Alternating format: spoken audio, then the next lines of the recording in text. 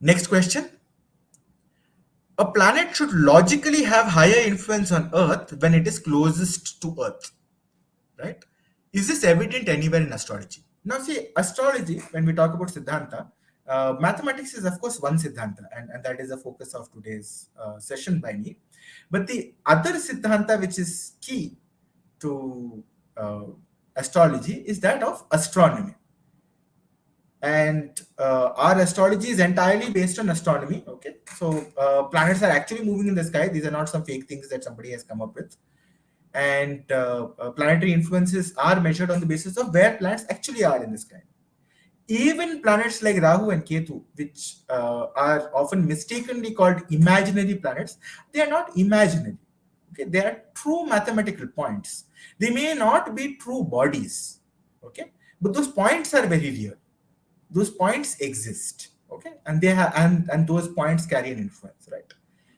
And if we understand this, that astronomy has such a strong influence on astrology, then there are some basic questions that may come to your mind. One question is that when a planet is very close to Earth, okay, it should logically have higher influence on Earth than when it is very far away from Earth. Obviously, a planet closer should have greater influence, a planet farther away should have lesser influence, right? Why do we say that Moon has an influence on Earth, although Moon is a very small body? Because Moon is very close.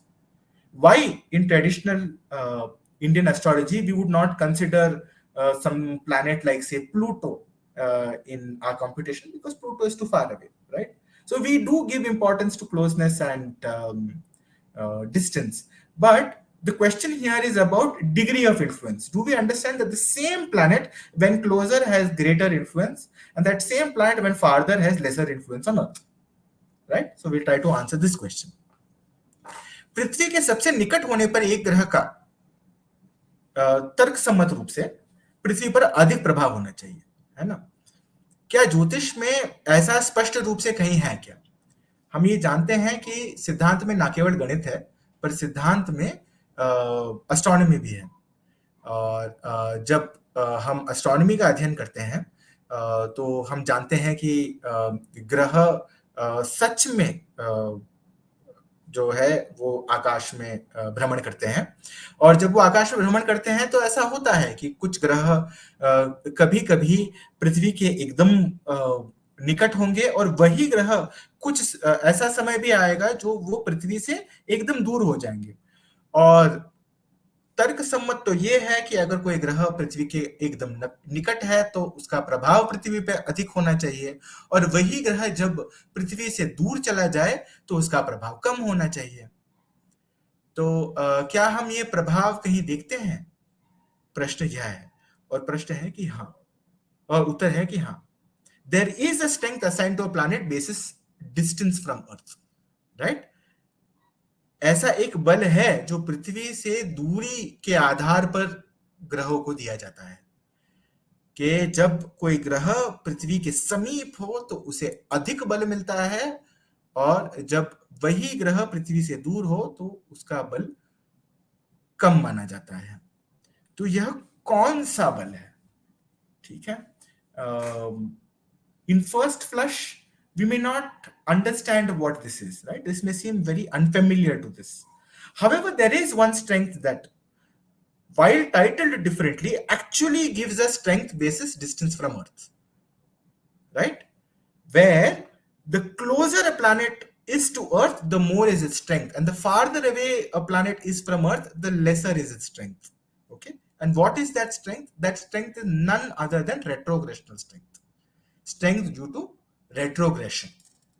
Okay, प्रत्यक्ष रूप से हमें नहीं समझ में आएगा कि ऐसा कोई बल है भी या नहीं, परंतु एक ऐसा बल है जरूर, जिस बल का जो शीर्षक है वो चाहे कुछ और हो, पर वास्तविक रूप में वह बल ग्रहों को पृथ्वी के दूरी के आधार पर बल मिलता है।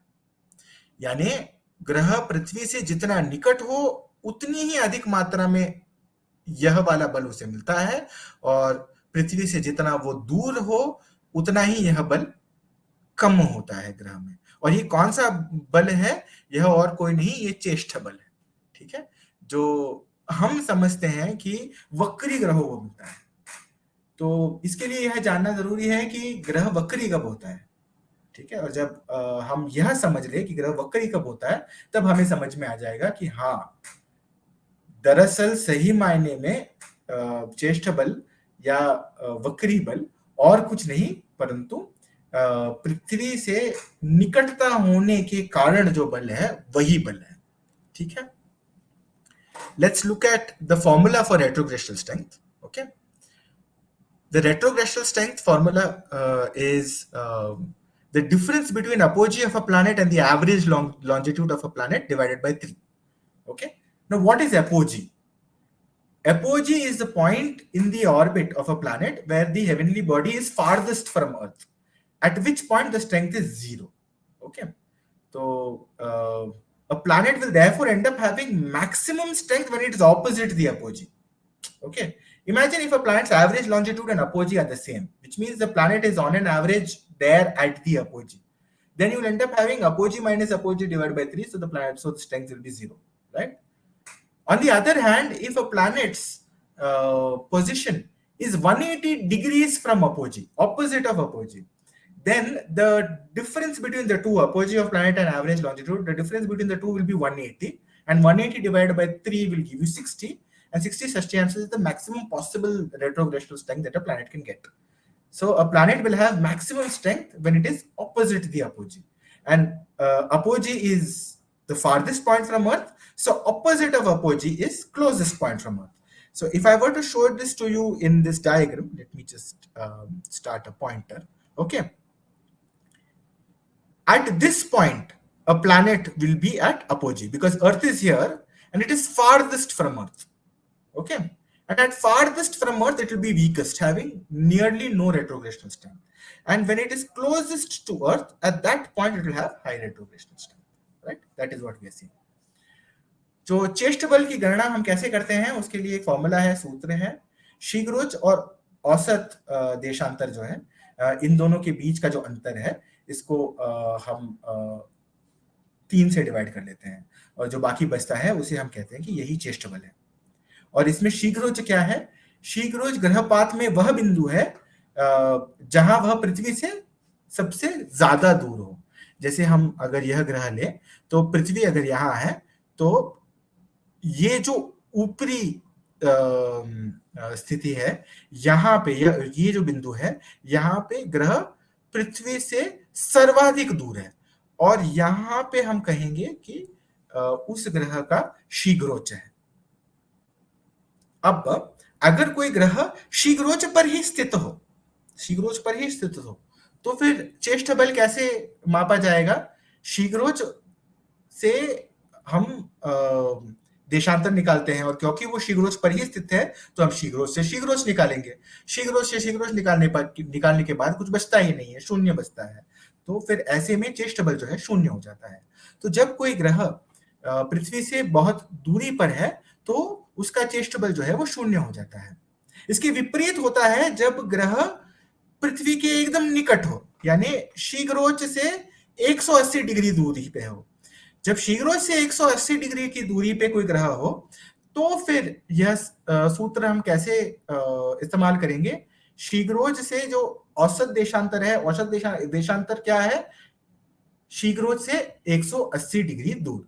तो शीघ्रोच माइनस शीघ्रोच प्लस 180, तो इसका कुल हुआ 180, 180 बटा 3 आपको दे देगा 60।